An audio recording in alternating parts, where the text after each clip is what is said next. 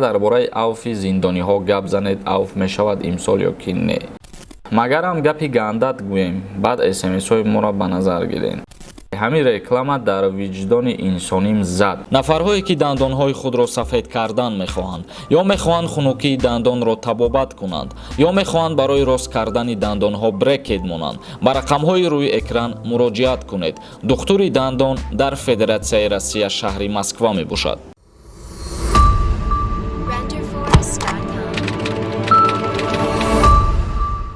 ассалому алайкум ба ҳама тамошобинони барномаҳои Сорбон Сафаров.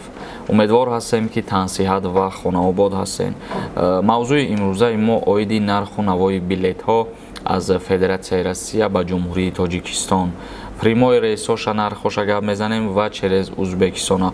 Ба мисли ҳар вақта пеш аз мавзӯи асосира оғоз кардан қурби асъора барои имрӯз ба шумо пешниҳод мегардонем.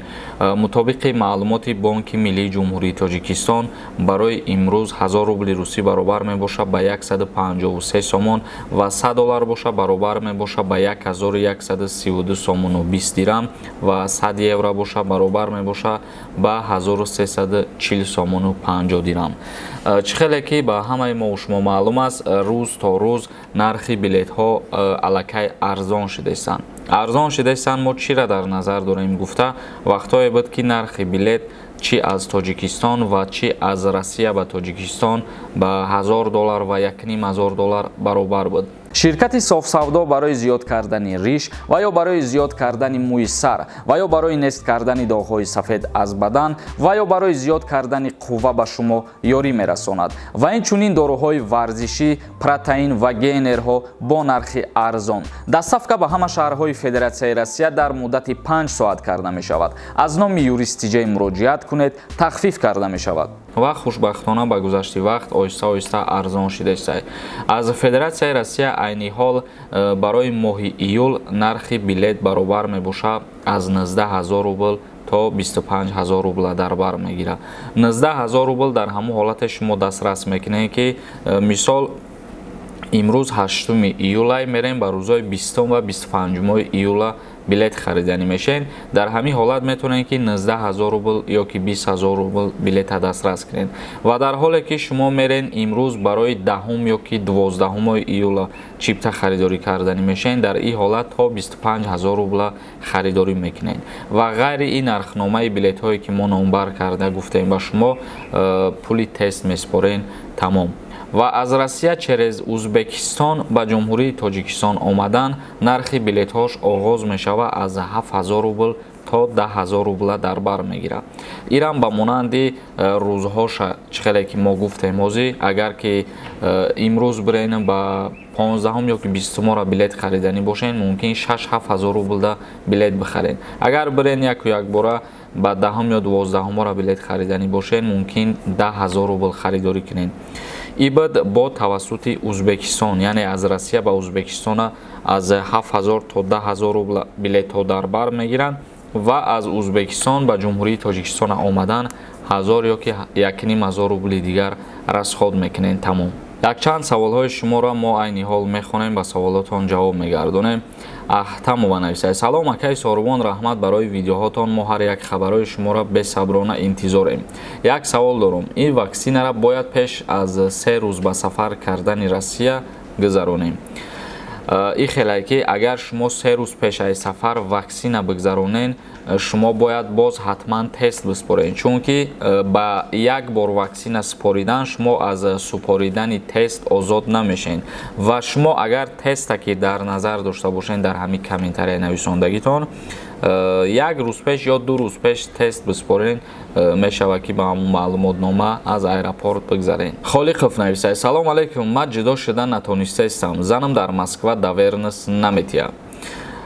бародари азиз, давернис равон карданаш ҳатмия, яъне ки дар ҳоле ки худаш ҳузур надорад дар Тоҷикистон, бояд ба номи ягон шахсият, ба номи ягон пайванди худаш давернис роӣ кунад, то ки дар мурофиаи судӣ ҳузури ҳамун хешованд ё ки падар модараш ҳатмияю бошад. дар ҳоле ки давернис роӣ кардагӣ набошад, қабул намешавад аризаи шумо барои бекор кардани закс. Шоҳ нависай. Салом ака, дар бораи авфи зиндониҳо гап занед. Авф мешавад имсол ё ки не?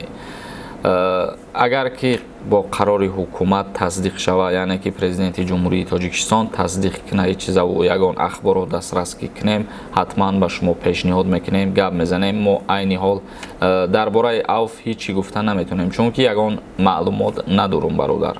Хуршед Сангаков нависад. Ҷои кор ҳам боша барои муҳоҷиро пешкаш менамудед. Худованд барори кор бутия пешакӣ раҳмат. Гап нест бародар, агар аз ҷониби ягон кас пешниҳод шид, мо ба шумо пешниҳод мекунем. Видео таҷ нависай. Дуруғай, куҷодаи ҳами билет 5000 4000, и ҳамаш дуруғай. Кубиёв мода билетина.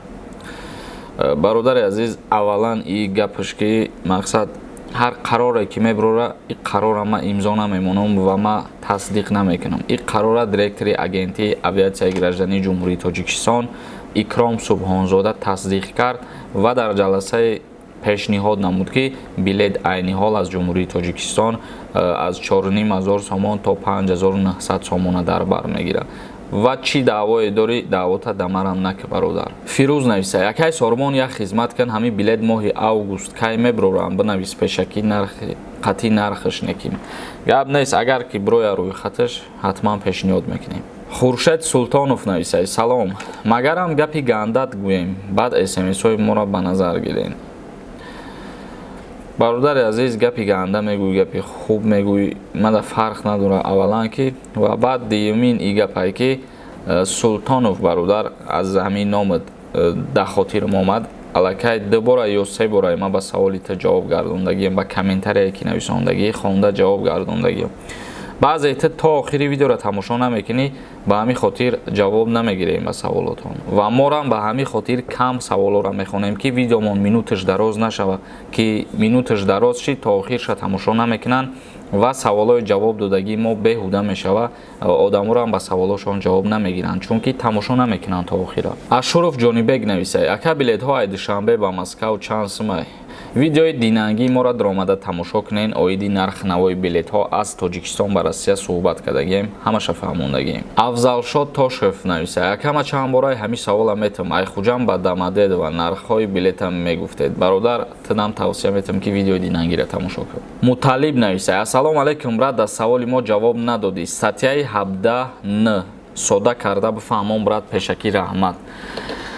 Бародари азиз, ин ҳамин комментариятам хато накунам, сеюм бора хондаистам. Ҳатто видеои динангӣ ман будро тамошо кунам, ҳамин комментарияро хондагиам ва гуфтагиам ки ту кодекса бинависон ки кадом кодекса дар назар дорӣ.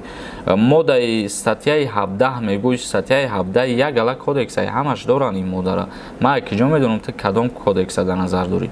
Кодексша та аввал бинависон ки ҳамин кодекс, ҳамин модда чӣ маъно дора ва чӣ наму ҷавобгарӣ дора. Баъд ман ба саволи ту хушрӯ ҷавоб дам. Суҳроб Тиве нависад. Салом алейкум ака, ҳамин қонуни авф набиромадай? Не оли бародар, набиромадай. Юсупов Юсуф нависад. Ҳамин реклама дар виҷдони инсоним зад. ҳамин гапҳои шуморо бовар кунед, дар виҷдони ман зад, барое ки 10 бор гуфтем, намефоратон тамошо накунед, бигзаронен видеоро. ё ки маъқултон нест барномаҳо вообще ҳамин канали мо надорен, комментарияро ҳам намонед. Ҷураев нависад. Салом акаи Сорбон, ба ту гапҳои безеб менависанд, мехонӣ ӯҳоро. Касое ки гапҳои хуб менависанд, намехонӣ. Ман гуфта будам дар як видеом ки барои чӣ намехонам гапҳои хуба. Агар иҷада ма ҳастам бародарое ки суханои хуб менависонанд, моро дастгирӣ мекунанд, хела зиёдани хели бародаро. Ман гапҳои вайёро бихонам, агар баъдан бо ҳамун дусе каси ахмақе ки аст ҳақорат мекунанд, баъд ӯҳо бо мегӯянд ки худаш худша таъриф кардеса. Ба ҳамин хотир ҳамаи ҳамвода яку якбора раҳмат гуфтаниям. Касе ки суханои хуб менависонаву дастгирӣ мекунад, тамошо мекунад, ҳазор раҳмат гуфтаниям. Ва кӯшиш мекунам ки нахонам суханои хубе ки нисбати ма менависонанд. ба ҳамин навори имрӯзамона ҷамъбаст мекунем ва дар охири навор як чиза қайд карданиям. Мо як филми кӯтоҳ пешниҳод кардагӣ будем чанд рӯз пеш. Агар касое тамошо накарда бошанд, бидроен тамошо кунен. Номаш Азоби шавҳарай. Кинои тарбиявие ва бисёр пурсиданд ки оё давом дора ё ин ки не. Бале бародарои азиз, давом дора, рӯзҳои наздик пешниҳод мегардонем. Интизор бошен, кӯшиш мекунем ки и дуюм қисмша боз хубтар кунем, ба шумо пешниҳод гардонем. Айни ҳол рафти наворгириш рафтестай ба анҷом ки расид ҳатман мебурорем киноро. дар канали мо обуна шидана фаромӯш намекунем. Худованд ҳамаи мо шуморо нигаҳбон бошад то барномаҳои дигар.